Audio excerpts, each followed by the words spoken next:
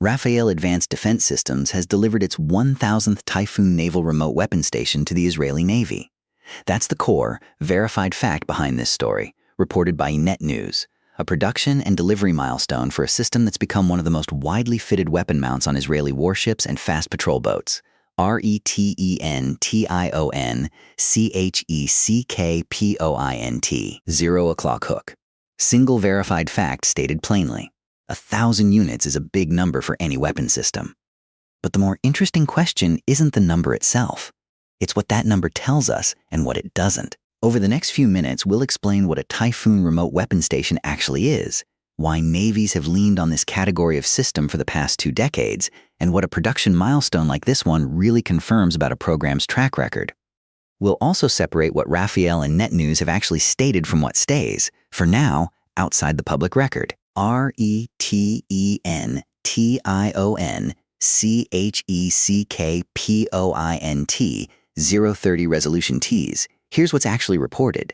According to Ynet News, Rafael Advanced Defense Systems, one of Israel's largest state-linked defense contractors, has delivered its 1,000th Typhoon unit to the Israeli Navy. The report frames this as confirmation of how widely the system has been adopted across the fleet. What it doesn't do is break down which vessel classes carry it, or how many hulls in the current Israeli Navy order of battle are fitted with it today. That distinction matters, and we'll come back to it. So what is a Typhoon? It's a remote weapon station, a stabilized gun mount, typically carrying a 20mm to 30mm cannon, aimed and fired not by a sailor standing exposed on deck, but by an operator inside the ship, watching a screen fed by electro-optical and infrared cameras built into the mount. The stabilization system compensates for the ship's roll and pitch in real time, so the gun can track a small, fast-moving target, a skiff, a jet ski, a low aircraft, even in rough seas. A human still makes the decisions. That human just isn't standing in the open anymore, exposed to return fire or bad weather while doing it. Understanding why this category of weapon exists takes a bit of background on how naval threats have changed.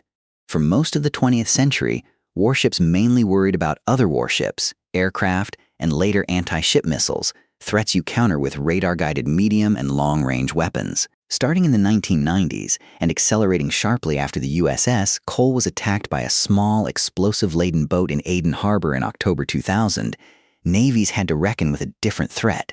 Small, cheap, fast, hard-to-detect surface craft, sometimes alone, sometimes in coordinated swarms. A destroyer's 5-inch gun or a frigate's missile battery is often the wrong tool for stopping a jet ski packed with explosives at 300 meters. What you need is a weapon aimed instantly, that tracks a small target reliably, and doesn't require a sailor exposed on an open deck under fire.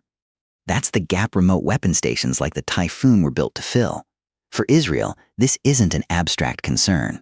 The Israeli Navy operates in one of the most persistently contested littoral environments in the world, patrolling the Gaza maritime boundary, the Red Sea approaches near Eilat, and the eastern Mediterranean. All are areas where the recurring threat profile includes small boat incursions, attempted infiltration by sea, and, in recent years, missile and drone attacks on shipping originating from Yemen's Houthi movement in the Red Sea and Bab el-Mandeb corridor, attacks widely reported by international shipping and defense outlets since late 2023. None of that is a claim about this specific delivery milestone.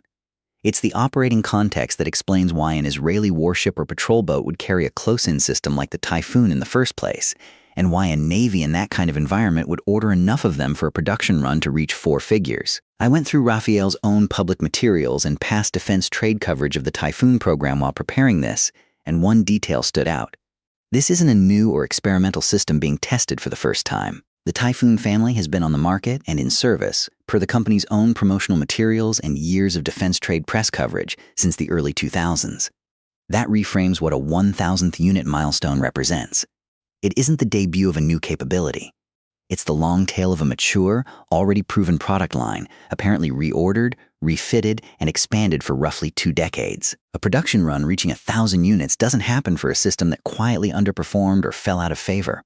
Sustained reorders over that long stretch are their own kind of evidence, even without a detailed breakdown of every hull it's on. RETENTIONCHECKPOINT, about 50% mid-roll hook. Reframe. What does 1,000 units actually prove? That brings us to the part of this story we think gets underplayed.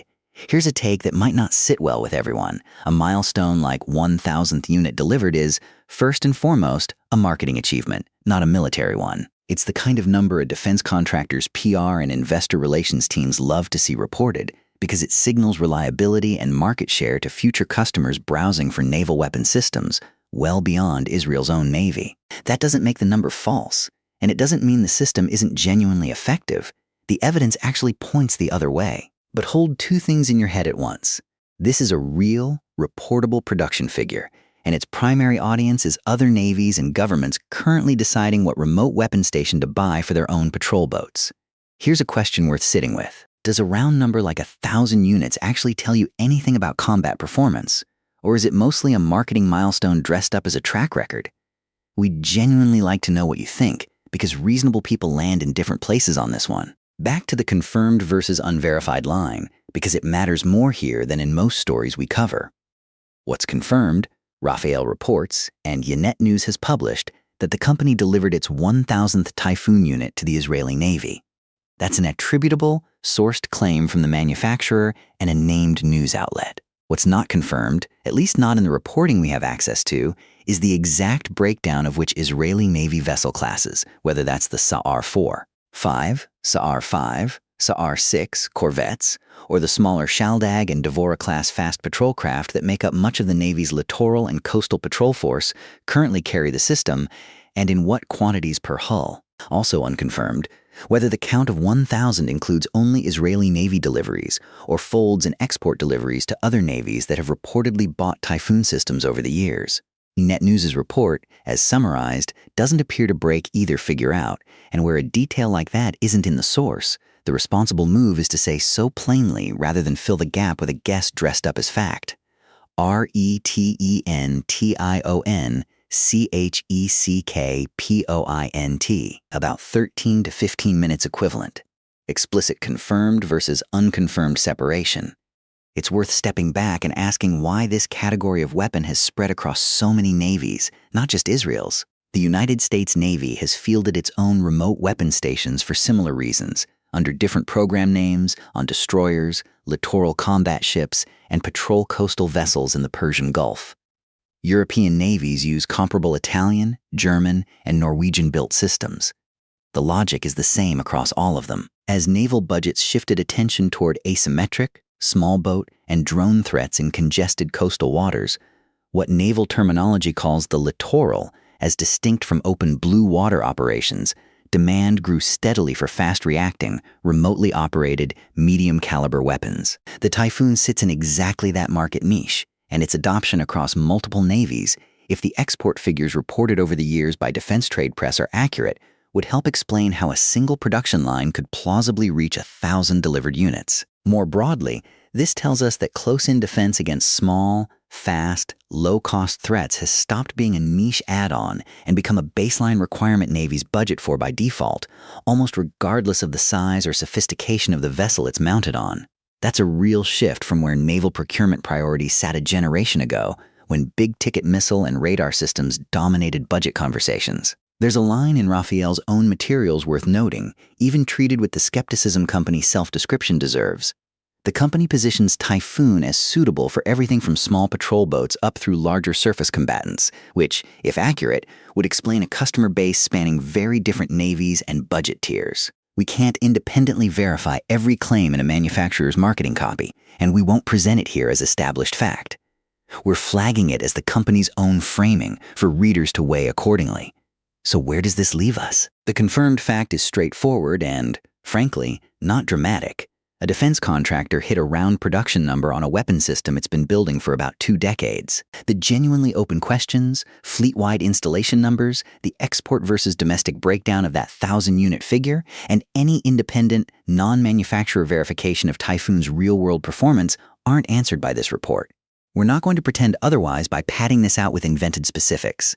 RETENTIONCHECKPOINT. Last 60s payoff plus open loop. If you want to check any of this yourself rather than take our word for it, that's exactly the right instinct, and there are a few solid places to start. We'll list them at the end of this video. And if stories about how modern navies are quietly rearming for small boat and drone threats interest you, that's a thread we'll keep pulling on in upcoming videos. This is a live, ongoing shift in naval procurement, not a one-off milestone. Before you go, we'd still like to hear it. Does a 1,000-unit delivery count actually tell you anything about how good a weapon system is in practice? Or is it mostly a number built for a press release? Drop your take in the comments. We read them. That's where the verified record stands today, July 29th, 2026. 1,000 Typhoon remote weapon stations delivered by Rafael to the Israeli Navy, a milestone in a 2-decade production run, with the finer details of fleet distribution still outside the public record.